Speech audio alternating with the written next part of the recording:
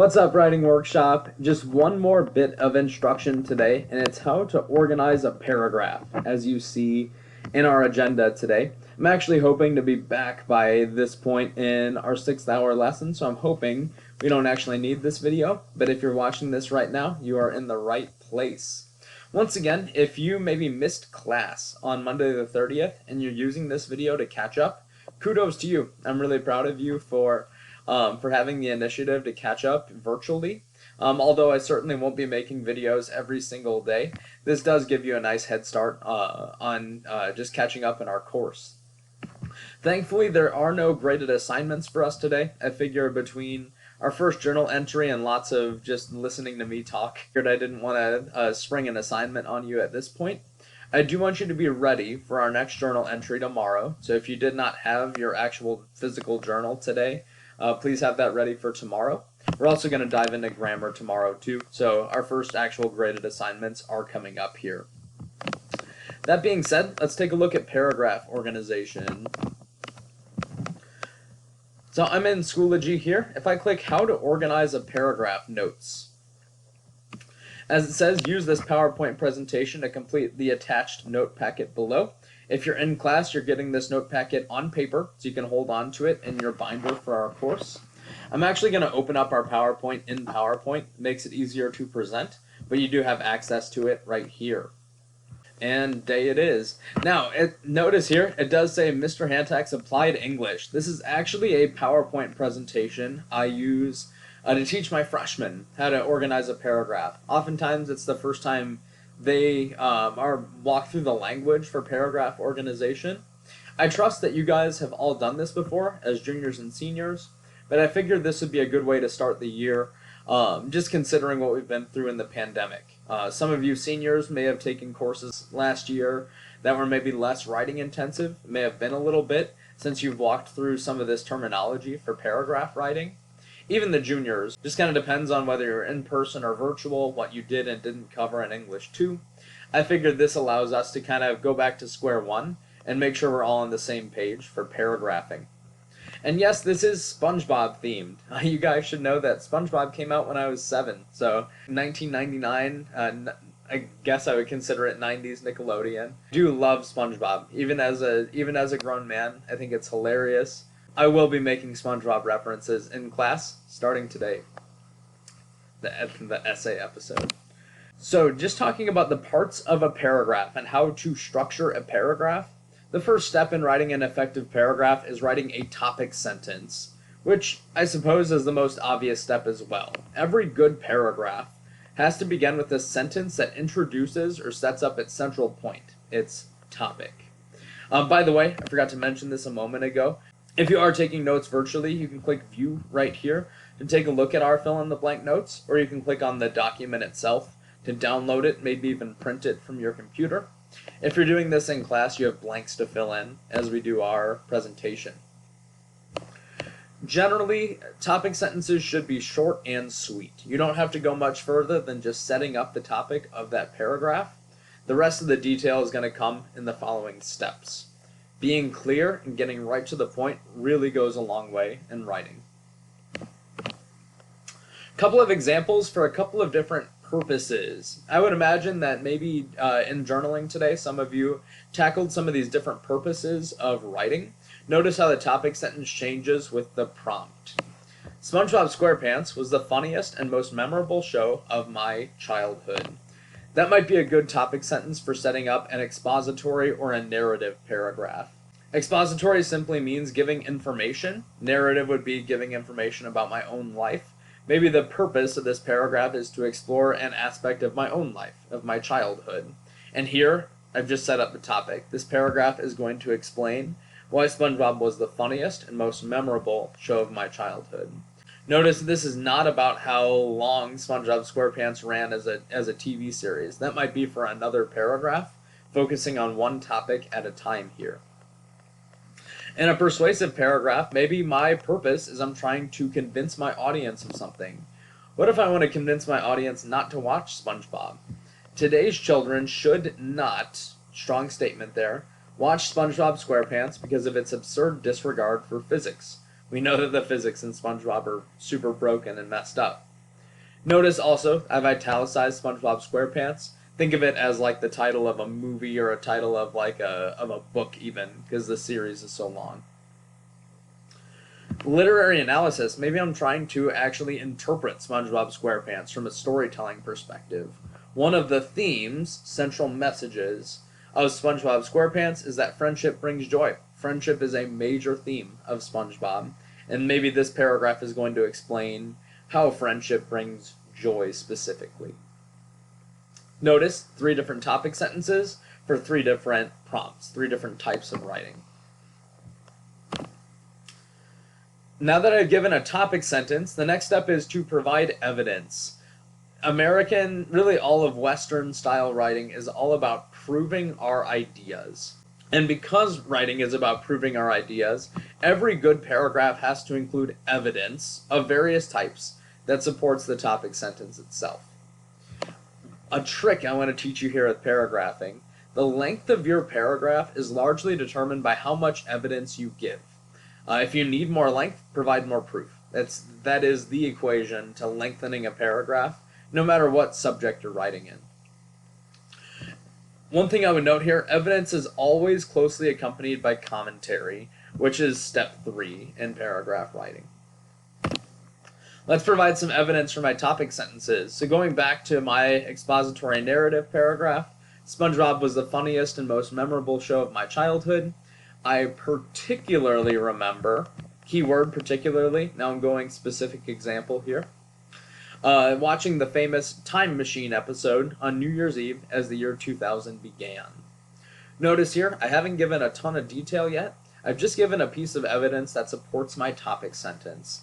It was a funny and memorable show, and one of those memories is the Time Machine episode. Let's go to my persuasive paragraph. Kids should not watch SpongeBob because of its disregard for physics. For instance, specific example, the famous campfire song features a well-lit campfire burning at the bottom of the ocean. Notice once again, I haven't explained why that's problematic, but I've included a specific example, a piece of evidence, to support that topic sentence. What about literary analysis? Friendship brings joy. An excellent example, once again, of a strong friendship is the one between SpongeBob and Patrick Star. I want to remind you here, once again, the more evidence I provide, the longer my paragraph goes. If my friendship paragraph has to be very, very long, I'm just going to include more friendships. SpongeBob and Patrick, SpongeBob and Squidward, even though they're kind of frenemies, I would say.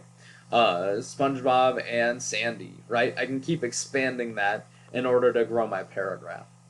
Or I could just split those paragraphs off and write a full essay. We'll get into essay structure here in the coming weeks. The next step is to support that evidence with commentary. And commentary is where your own personal writing voice comes into play. So far, you've just kind of given topics and given examples from outside of your own writing. Here's where you get to write. After each piece of evidence you provide, you get to explain the meaning of that evidence or why it's important, its relevance, in 2 to 4 sentences. Any fewer than 2 is probably not detailed enough. Anything more than 4 is usually overkill. I do want you to remember, your commentary should clearly reflect the idea you established in your topic sentence. Writing is very much about doubling back to your central ideas and proving them. You want to make sure your commentary does not digress from your topic sentence. Once again, to get length, you just repeat the evidence commentary process, more evidence, more commentary, more evidence, more commentary, until you're ready to close out your paragraph, which is step 4. A couple of examples, just following the same thread. Talking about the Time Machine episode now, let's give some detail. As strange as the episode was, it connected well with the incoming millennium. Remember, I'm talking about how SpongeBob was memorable. I also still laugh, it's the funniest show of my childhood too, whenever I think of Squidward tentacles curling up and yelling, "Future!" Persuasion. It may seem obvious that fire cannot exist underwater. Here I'm actually explaining how the physics break in SpongeBob. But our children may begin to think otherwise. Plus, the song itself is quite annoying. The campfire song, that is. SpongeBob and Patrick embody the nautical nonsense described in the theme song. Between bubble blowing, jellyfishing, and even a trip to Glove World, these two characters bring joy into each other's lives. What I would note, and this is just my opinion, but these commentary sentences for literary analysis are especially good right here. Notice they use a direct quote. They double back to the theme song of the entire show. But then it also summarizes some key episodes as well: bubble blowing, jellyfishing, the rock bottom episode where they're coming back from Glove World. Those are all different episodes, but I'm compiling them together to really show a big scope of SpongeBob and Patrick's friendship. The last step in writing a paragraph is writing a summary sentence at the end. Every good paragraph closes with a sentence that conveniently summarizes the main point of the paragraph.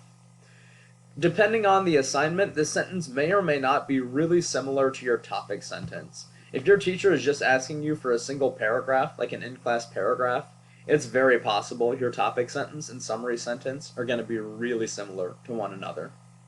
It also may or may not begin with a concluding transition, something like in conclusion, or lastly, something like that to close out the paragraph. I've found in my own writing that sometimes it fits and sometimes it doesn't. I usually use the ear test to try to figure out whether it sounds right or not. Some examples, and then we'll put these together.